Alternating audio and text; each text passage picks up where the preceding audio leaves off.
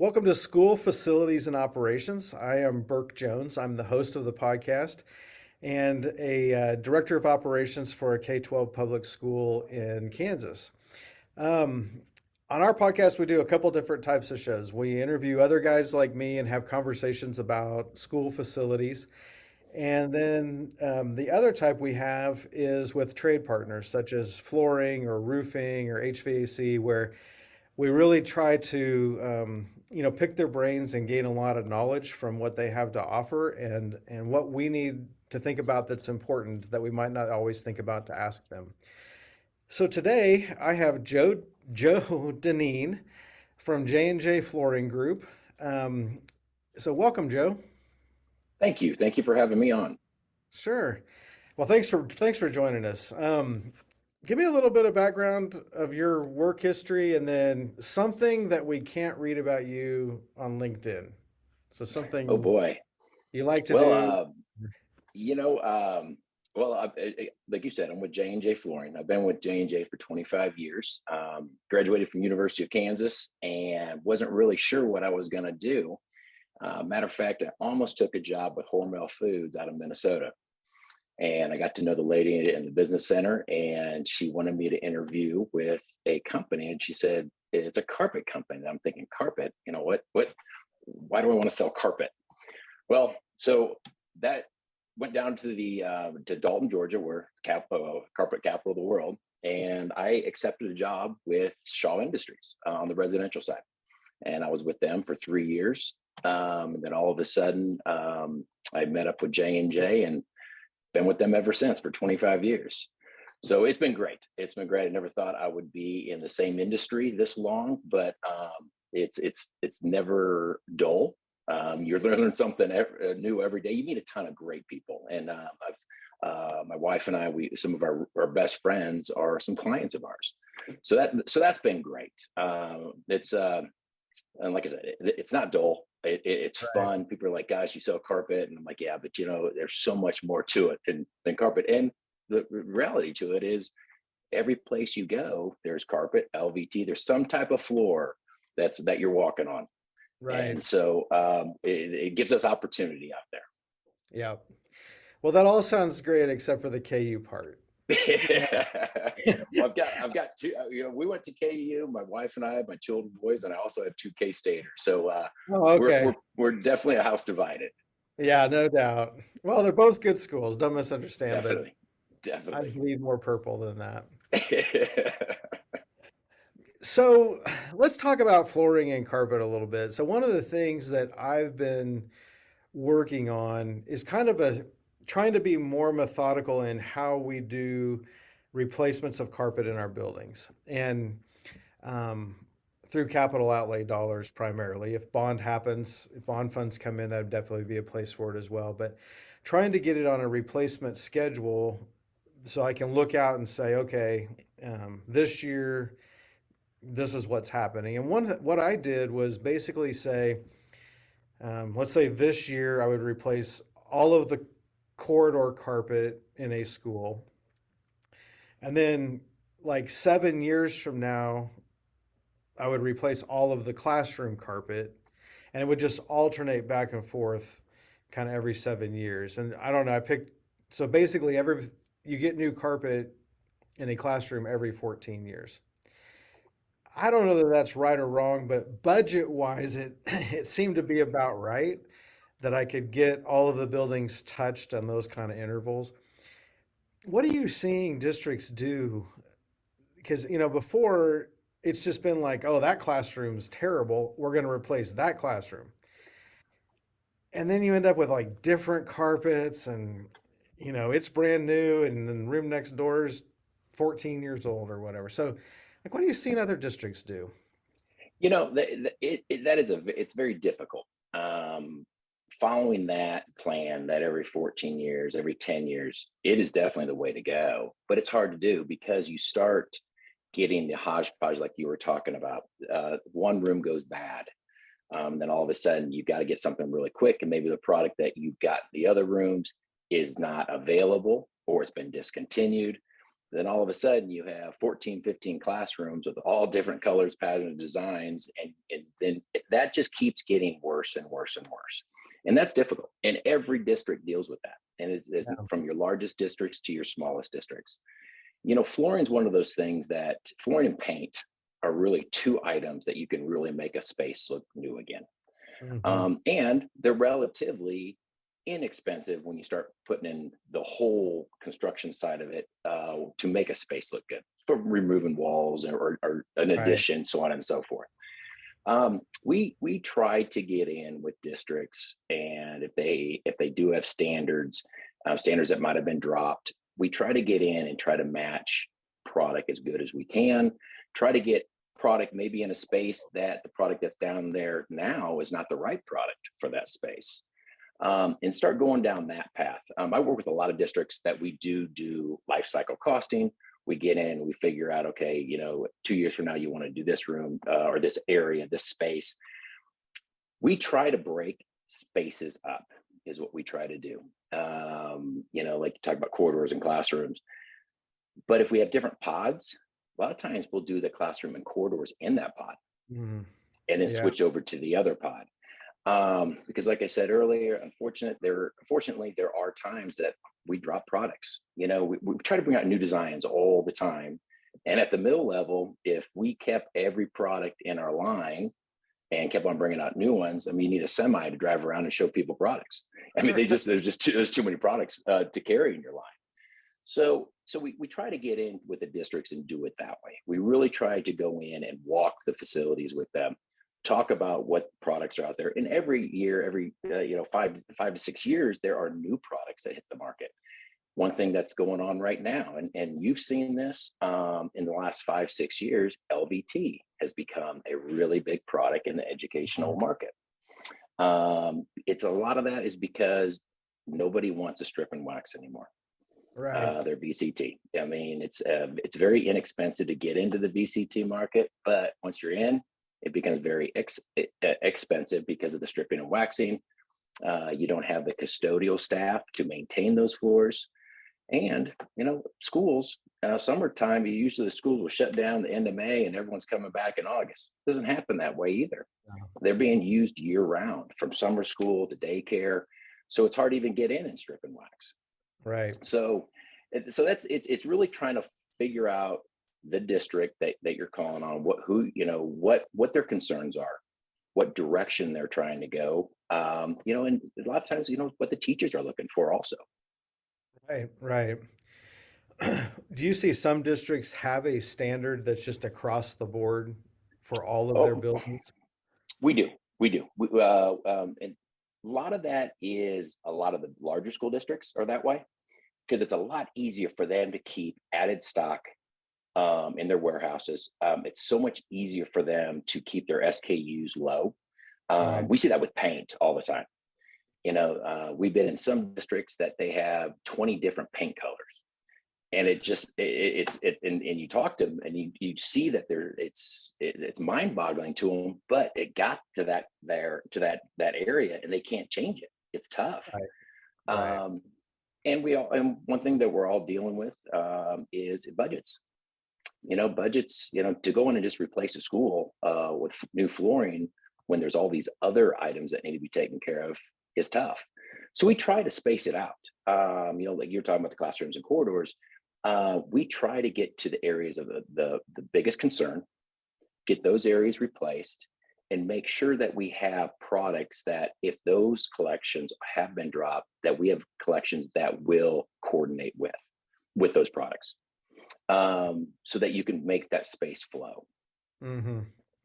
What are you seeing as we talk about budgeting and stuff for capital outlay? What's the flooring industry look like in with the inflationary problems and then the lead times? How's it looking today? The well on the flooring on the inflation side last year, this year, almost last year, Right. I've never seen so many increases in our industry in my 25 years. It was unbelievable. It seems like every month there was a new increase coming in, and it's interesting when you get into the manufacturing side. It's not just the mill sitting there saying, okay, we're going to put 5% now across the board. During the time, and everybody saw it on the news when you saw all the big ships sitting out there and in the water, we started getting charged for storage fees. Even though we couldn't get them off, we're getting charged for storage fees. Oh my God. So it just keeps on getting passed down is what's taking place. We do see that leveling off. The good thing on the flooring side, on the soft surface side, the carpet side, most manufacturers do produce it themselves in-house, making their own yarn, so we can control it a little bit better. But when you start using outside entities, you're relying on them, relying on a lot of the shipping cost. It's kind of a crapshoot on what's going to take place. But we do see it leveling out, which is good. I, you know, we'll see what happens in the middle of 2023. Right. Yeah, that's exactly right. Well, I was talking to a lot of people like that were doing bond issues and stuff. I mean, it's just been completely crazy. So when you have a It is budget crazy. voters approve and then it's, 20% more than that, it's a Oh, lot. completely. That's one of the things that we are dealing with every day now, in our industry, and I guarantee every other division is dealing with it too. Projects that bid 6 months ago, a year ago, that are getting ready to order product, and all of a sudden you have a 5%, 10%, 15% increase. Right. So what you have in your bond is X amount of dollars, and all of a sudden you're like, we can only do half the work now. Right. And so that's been a struggle. And I think that is going to carry on for a little while, Yeah. until those bond projects, we are at, an even playing field, that we actually budgeted for those bonds and we don't have the increases. Right. It was just such a unique time, for everybody. Yeah. And it's still giving. It's still Yeah. given to us. It really is. Absolutely. So you are a manufacturer's rep, and that is different than like a retailer, or explain the difference to me, and then like why does it make sense for guys like me to work with a manufacturer's rep as opposed to, or maybe in conjunction with, the retail side? Definitely. So we look at our. I'm out of Kansas, Missouri, so the market I cover. So we have multiple clients. So we have an architect and designer we call on. We'll call on an end user like yourself, and then we'll have a flooring contractor, that purchases the product from us, that does the installation. So Okay. what we try to do is we cover all three. We try to get in with all three entities. On the architect design side, we present to them just like how we present to you all. We want to show you the products that we've got. A lot of owners, end users, do not get called on by manufacturers. They go, just the manufacturers deal with the flooring contractors and the architects and designers. We like to hit, we it's called triangle selling, and we like to hit all three entities to get our products in front of you all.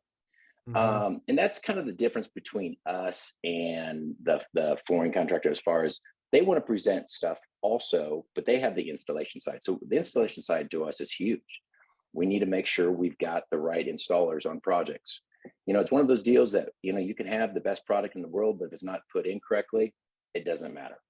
Right. And it's like when we get in and present products to you too, we can give you all the warranties you want, but if it's a very light product, if it's a white carpet, you're going to be dealing with it every day.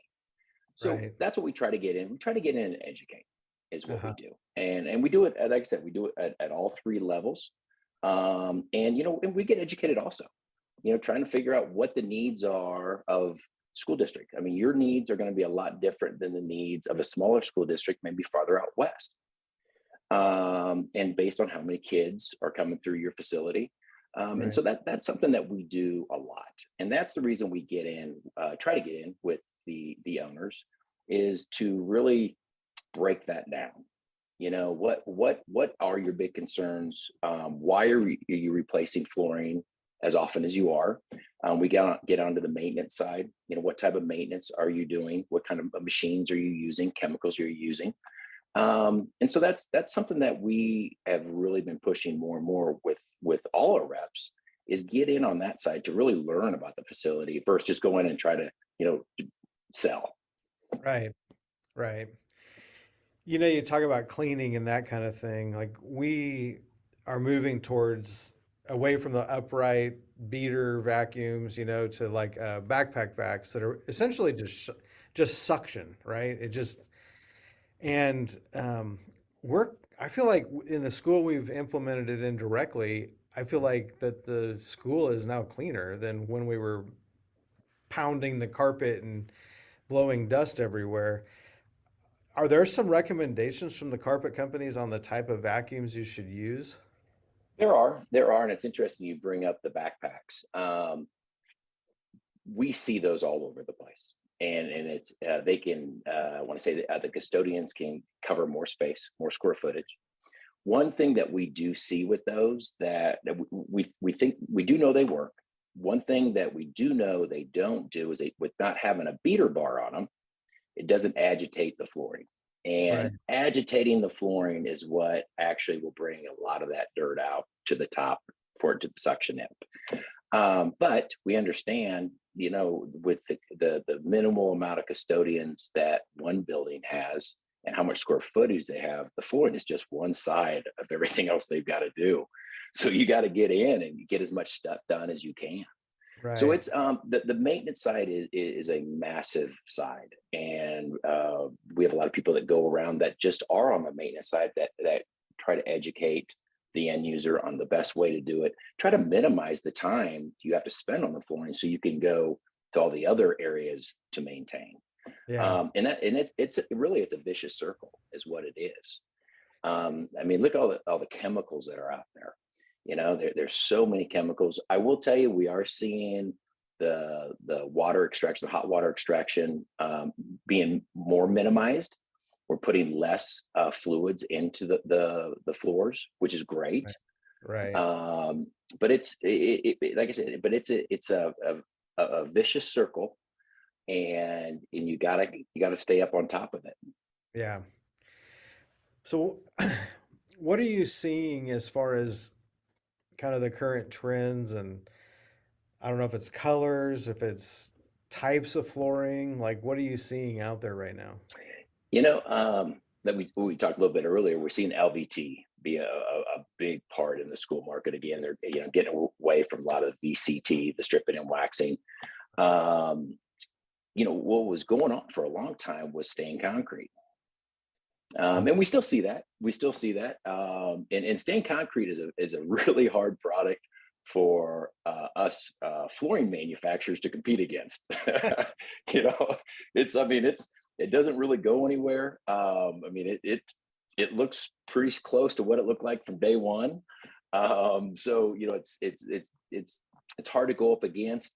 The one thing that we see that changes some of the school district going to the stained concrete, leaving it, just different colors of concrete, is the acoustical side.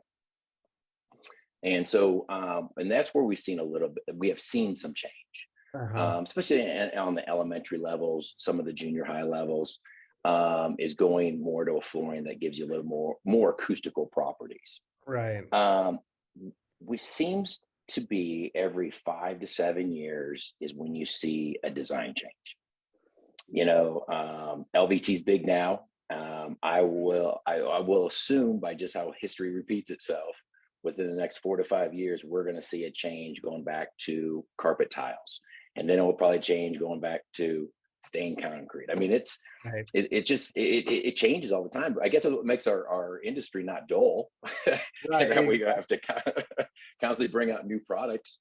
But that's kind of what we see. And I'll tell you, when you take the state of Kansas, for example, and you take the eastern side of Kansas and you get into Kansas City, some of the bigger school districts up there, and then you go to the western part of the state, designs are completely different. Some of the more rural school districts They want to match some of the walk off that comes into their school. Right. The different type, the from the different color dirts. I mean, it's really wild how it gets into that. And but that's what happens. And and give credit to our designers in our industry, because not only do they design for the Midwest, they design for the East Coast, West Coast. I mean, it's across the board when you get into design Yeah. of different products that hit the market. I mean, I like LVT, and I mean, we're having a good experience with it. But if you scratch a VCT floor, you can just re-wax it and it just disappears. But with LVT, you end up with another color basically underneath that scratch, which is, I mean, it bugs me to death. But there's really not much you Yep. can do about it. Yeah, that has been when LVT came out, it was the best thing since sliced bread. And it was promoted that way. No one really talked about the scratching aspect. LVT does scratch. It Yeah. does. And there's things you can do to uh, help the scratches based on how deep that scratch is. Pattern and color is very, very, I mean, it's important in all flooring, but when we get into LVT, having those the different colors, different patterns will help hide the visual of scratching. One of the things we see in the school market, and when you get into definitely the elementary side, junior high, we see a lot of the old style desk and chairs. Hmm. The four-legged chairs, they're really small steel-legged chairs, and on the bottom of them, they have that caster that sometimes it's there, sometimes it's not, and it's like a sharp razor blade, is what it Right. is. And that's, you asked earlier, what we, when we come in, what we bring as a value is we always walk every classroom. When a school district wants to get into LVT, we will walk in those classrooms. And when we look at those glides, I mean, that is, and I've seen it go really, really bad. Right. And it does. No one picks a desk up; they slide it. Right. And that's what they do. Normally, they slide it when they're sitting in the chair, so you got a lot more weight. And that is the concern with LVT. LVT does scratch. I mean, you can put all different type of some sealers over the top or different type of barriers, but if it's a sharp edge, or we see it in a lot of offices, they're moving filing cabinets. Oh Again, yeah. they're not picking them up; they're sliding them, Right. and it puts a nice little scratch right on the top. Yeah. Yeah, I notice it most when we have a pretty solid colored tile. Like let's say it's a darker colored tile, then it's like there's a white layer in there somewhere. Or Yeah. if it's a lighter colored tile, like the base is black, and you're like, I'm surprised it doesn't go more through, but anyway. Yeah, it does do that. And it's when you're pulling across, and when you're putting a nice scratch mark in, you're actually moving that urethane coating on top. And what Right. that does is that the light reflects off it. It just emphasizes that even more. Where we really see it is natural light. You take natural light that comes in a classroom, and it just emphasizes that scratch, or scratches, based on Right. how many are there. Okay, so I got one for you that's going to be probably uncomfortable for you to answer, but let's just talk about this. So if I look at the major carpet lines, Mhm. whatever, Shaw, J&J, comparable qualities of carpets, everybody has their secret whiz bang of how they do the yarn. Is there really that much difference? I mean, if you're buying a quality product, um, Um, I do believe the main manufacturers that are in our market now are very good manufacturers. okay, I know a lot of my competition here in my territory, and they do a wonderful job. They have great products. The tufting machines. We're all buying the tufting machines from similar places. right, Yarns. Personally, I think yarns are almost they're very, very similar. Look at warranties. Warranties are pretty similar. There might be a few things here and there. You can manufacture a little bit different. You can make a product a little bit more durable, more dense. It kind of comes down to the design. What are we doing with designs that are out there? What are we doing with the backing systems that are out there? Mhm. You have issues in our industry. I mean, it takes place from if the product isn't wearing well or it's just kind of just falling apart. I really firmly believe if the manufacturer is there to take care of that issue, because we're going to have them. That's the Right. key. I Right. mean, it's like a shirt. I mean, think about if you wash your shirt every day or kind of just wear it every day, eventually your seams on your shoulders, it seems, down your arm, they're going to start moving a little bit. Right. It's a fiber. So as far as are there any bad manufacturers? No. I mean, everybody fits a need out there, and most manufacturers that were, let's say they weren't as maybe as solid in our industry, either have been purchased or are pushed into another line. But Right. everyone out there right now is pretty solid. Yeah. So that kind of leads me to my next thought is, do you have any advice? You probably see a lot of bids. Um, do you have any advice for us, like on how you see people get led astray, or is there areas of the spec we need to make sure that we're really tight on so that we get equals? Yeah, our industry, and I'm sure this was every other industry. What's equal? We can put everything next to each other with specifications, and you can pick something out all the time that says nope, that's not equal. Right. um, you know I will tell you, in the school market, they have to go out and get a lot of bids, 3 bids. And what I see a lot of is low bid sometimes gets very scary, especially if it's a really low bid. Uh-huh. um, our job as a manufacturer, and this is one of the in the triangle that I talked about on the flooring contractor side, our job is to work with the flooring contractors that do the best installation. Because again, that's what it's all about. I mean, like I said, every manufacturer has really good products, but if it's not put down correctly, it doesn't matter. We can help tighten up those specs a little bit on what type of requirements on the installation side. One of the biggest things we see out there all the time, and where one flooring contractor can be a lot lower than another flooring contractor, is the prep of that floor. Because one thing that none of us see at the end of the job, we see that new flooring on top, but we don't see what's underneath there. Right. And we see that a ton. We see in the next, after a product's been put down in the next 2 or 3 years, if that product starts to move a little bit, or it's coming up, something's not right, and we pull that product back. Maybe old adhesive was left on the floor, the wrong adhesive was used, um, and you wouldn't have known at the time. Right. So but I do really believe the end users, the school districts, the director of facilities, they're so much more educated, more knowledgeable on flooring. Right. I mean, from the day I started to now, I mean, it's night and day, which is fantastic. Um, Unfortunately, they've gotten to become more knowledgeable because of some issues that they've had, and you Right. start noticing that. There's a lot of things to go through on a bid that can be put into specifications to make sure we're as equal as we can be. And that's easy to do. But then we have to make sure we do it on the installation side also. Yeah, absolutely.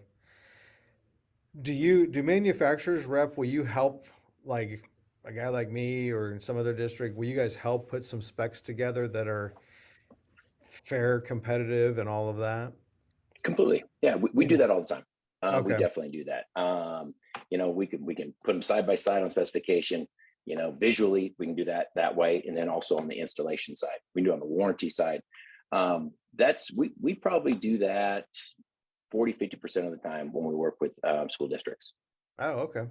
Uh-huh.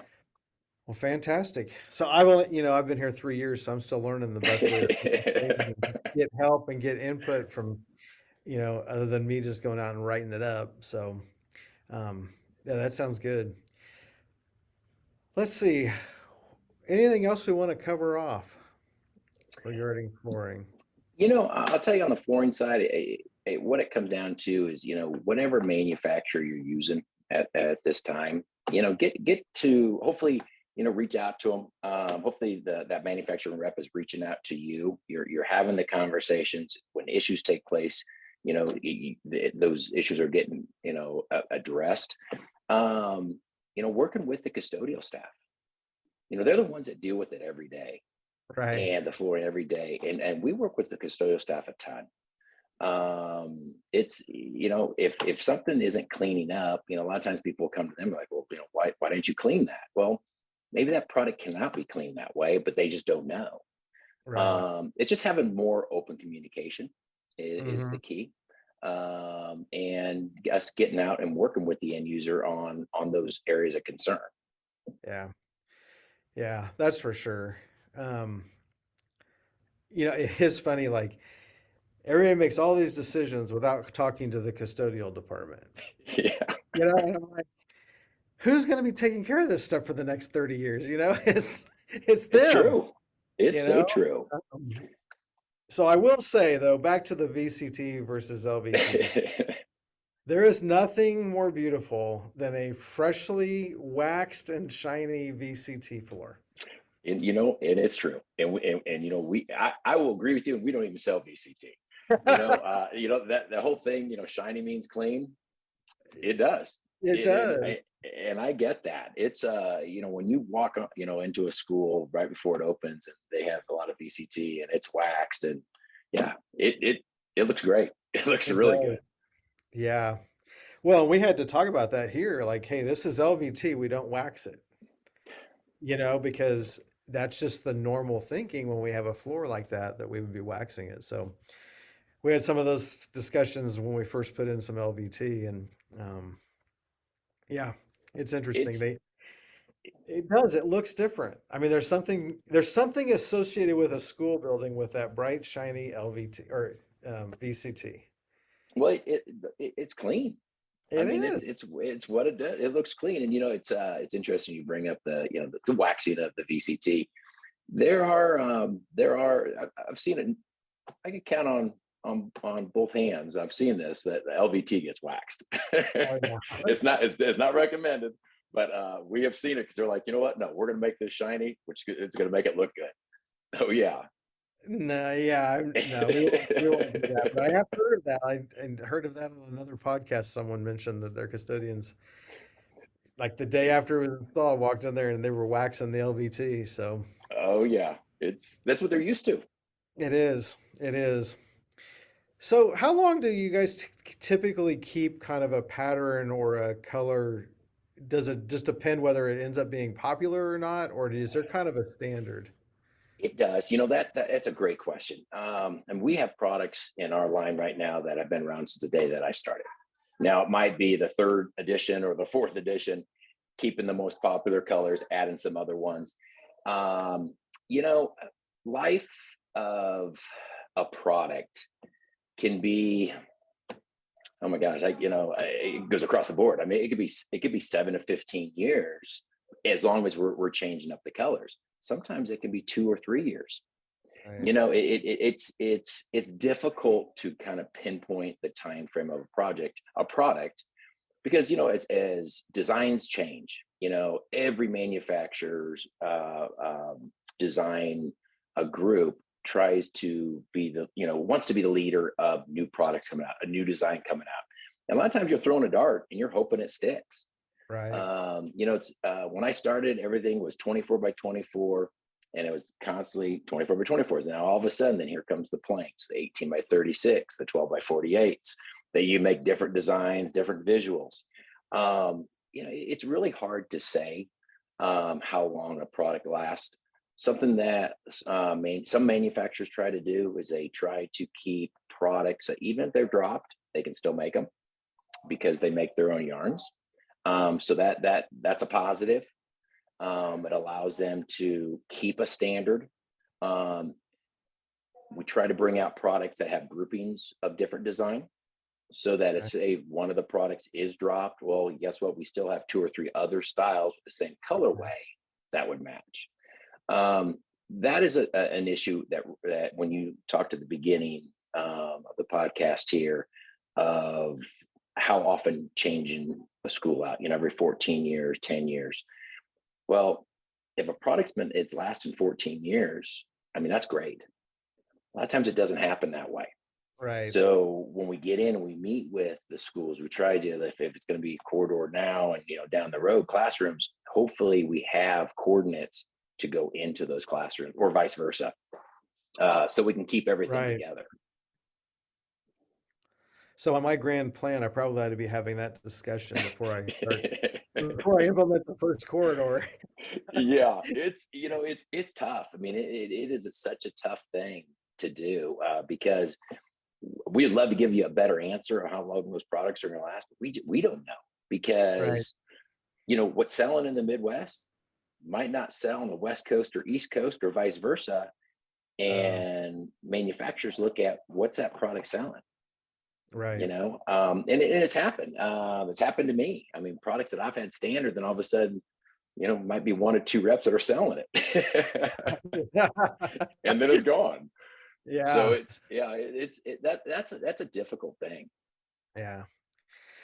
Well, okay. I really appreciate the conversation. I think I learned some good things here. And so I end every episode, I call it rapid fire. And so I got three questions for you. So the first one is what would your parents say that you do for a living? um, they they say sell carpet is what they Okay. say. That's pretty and accurate, it, man. and it raises a lot of eyebrows because people are thinking, sells carpet. Does he work at Home Depot? Does he work Right. at something? I mean, it brings up some unique conversations. Yeah, I bet it does. Yeah. Yeah. Okay, next question is, are you a paper planner or digital planner kind of guy? I am a paper planner. I still use the Franklin planner, and Oh, really? I do. I something about writing down and something about putting that check mark next to that A or B or C. Yeah, I Yeah. even took the class 20 some years ago. Um, Wow. and I get made fun of. I am one of the more senior reps in my company, and people look at my big old day planner I bring out, and they're like, "What are you doing?" I think there is something to it. I mean, I've moved to an iPad, but I have a notes taking app, so I like physically write, and it's pretty close to paper because if I type stuff, I just can't remember it. Right, same You way. know, need that tactile feedback or something. Okay, so what time of the day do you get your best work done? I'm an early riser. I'm in the office by 4:30 in the morning. And yeah, Oh, I'll tell you, and I don't even have an alarm clock. I don't know what it is. My wife will laugh if she was here sitting here. She'd be like, "Yeah, but at 5:36, if I lay down on the couch, my eyes are off. They're done." But I get so much work done at that time in the morning, before calls start coming in around 7. I just, nobody bothers me then. right. I can focus on things I got to get done. Kind of review what happened the day before. But yeah, I'm an early riser. Sounds good. Well, I'm not, so I won't be following.